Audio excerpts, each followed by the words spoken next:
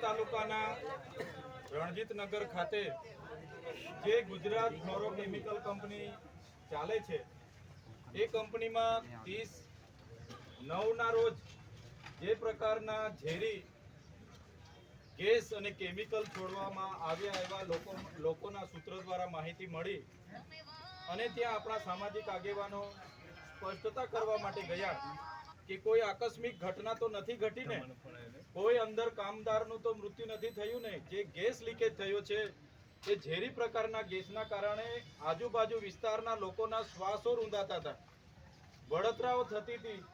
એવા લોકોની રજૂઆતોને લઈને એ લોકો ત્યાં ગયા અને ગેટ પર રહીને એમણે માત્ર એટલું કીધું કે મેનેજમેન્ટ બહાર આવીને અમારી સાથે સ્પષ્ટતા કરે કે આવી કોઈ આકસ્મિક ઘટના તો નથી ઘટી ને. જે પ્રકારે 2021માં પણ અહીંના ઝેરી ગેસ લીકેજ થવાથી કેટલાય કામદારોના મૃત્યુ થયા હતા અને આ કંપનીમાં ભૂતકાળમાં પણ એવી ઘણી ઘટનાઓ ઘટી છે. જ્યારે પણ કોઈ મરી જાય છે એને માત્ર 3 લાખ 3.5 લાખ રૂપિયા આપીને આ કંપની છૂટી જાય છે. ત્યારે એની ગંભીરતાને ધ્યાને લઈને આપણા સામાજિક આગેવાનો ત્યાં રજૂઆત કરવા માટે ગયા હતા. એ જ બાબતને લઈને કંપની મેનેજમેન્ટે યોગ્ય જવાબ નહીં આપ્યો અને એ બાબતોને લઈને ત્યાં થોડું ઘર્ષણ થયું એકબીજા સાથે. એ સમજાવટમાં કે કંઈ પણ ત્યાં ઉપસ્થિત થયું અને પોલીસે મેજિસ્ટ્રેટની પરવાનગીથી લાઠીચાર્જ કર્યો. એમાં ઘણા લોકોને ઈજાઓ થઈ છે, ઘણા રસ્તે ચાલનારા લોકો પર પણ લાઠીચાર્જ કરવામાં આવ્યો છે એવું સૂત્રોએ અમને કીધું. ત્યારે આ ઘોગંબા તાલુકામાં શાંતિ જળવાઈ રહે એવી શાંત તાલુકો હોવા છતાં આવી જ્યારે ઘટના ઘટે છે ત્યારે અમને પણ ઘણું દુઃખ થયું છે. ત્યારે આજે અમે એટલા માટે અહીંયા ઉપસ્થિત થયા છે કે આવી કોઈ પણ ઘટના આ વિસ્તારમાં નહીં ઘટે. સાથે સાથે જે કંપની આ વિસ્તારમાં છે, આ વિસ્તાર એ પેશા એક્ટ અંતર્ગત શિડ્યુલ 5 એરિયામાં આવનારો વિસ્તાર છે.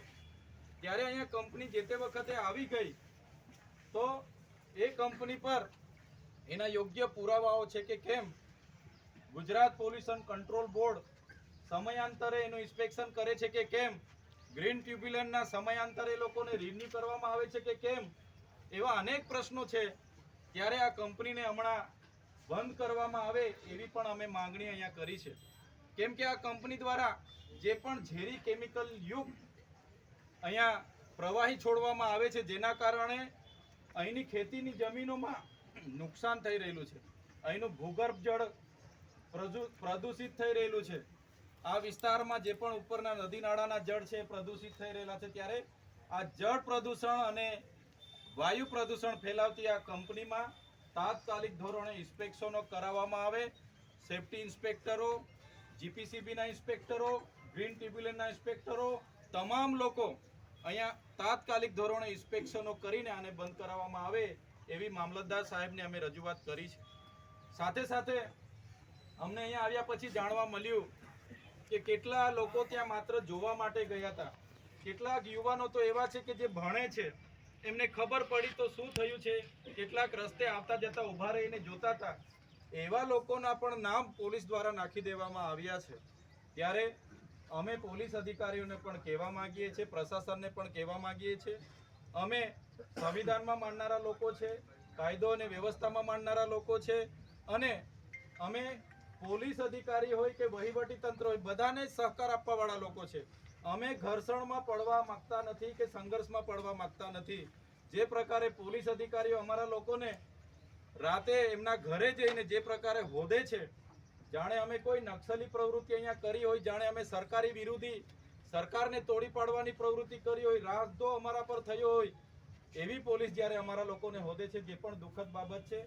તો પોલીસ અધિકારી મિત્રોને પણ મારે નમ્ર વિનંતી છે, જે રજૂઆત આમના વતી હું કરવા આવ્યો છું તો એ એમના આગેવાન વતી મારે તમને રજૂઆત છે કે જે પણ લોકો આમાં નિર્દોષ, તમે 200 જણના નામો આપ્યા છે, કેટલાય લોકોની ગાડીઓ તમે લઈ લીધી છે, જે અમારા દ્રષ્ટિએ પ્રથમ દ્રષ્ટિએ ખરેખર એવા નિર્દોષ લોકો એમાં પણ સંડોવાઈ ગયા છે, જેમને આવનારી ભરતીઓની તૈયારીઓ પણ કરે છે.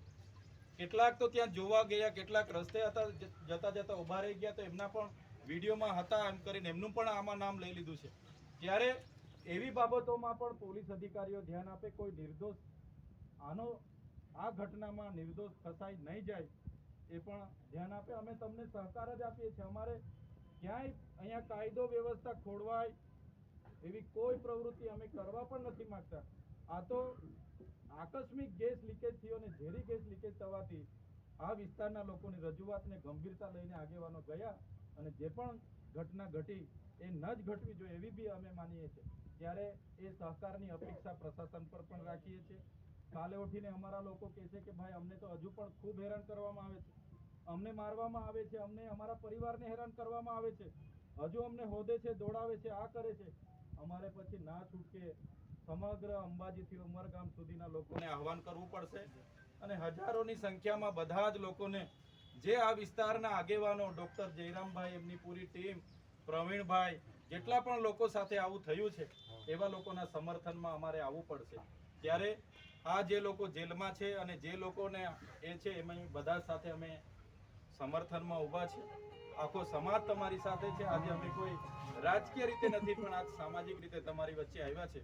ત્યારે આ રજૂઆત અમે મામલતદાર શ્રીને કરી છે અને અમને દિન 15માં યોગ્ય એનો જવાબ મળે એની પણ અમે એમને આશા વ્યક્ત કરી છે. ત્યારે જો દિન 15 પછી યોગ્ય જવાબ નહીં મળશે તો ફરી આપણે ભેગા થવાનું થશે. ત્યારે અંબાજીથી ઉમરગામના તમામ આગેવાનોને અહીંયા બોલાવીશું અને એમના સમર્થનમાં કોઈ મોટો કાર્યક્રમ પણ કરવાનો થશે તો કરીશું.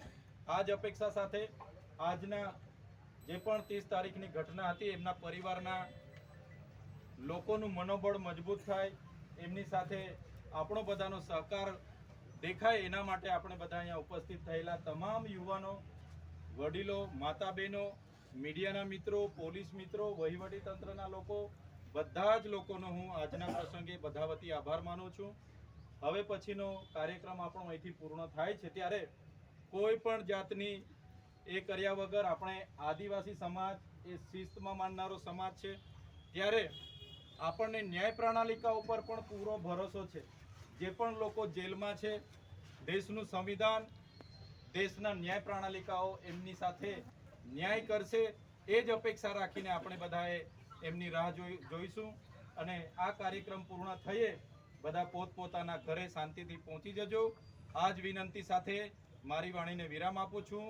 બધાનો ખૂબ ખૂબ આભાર, ધન્યવાદ. જય આદિવાસી, જય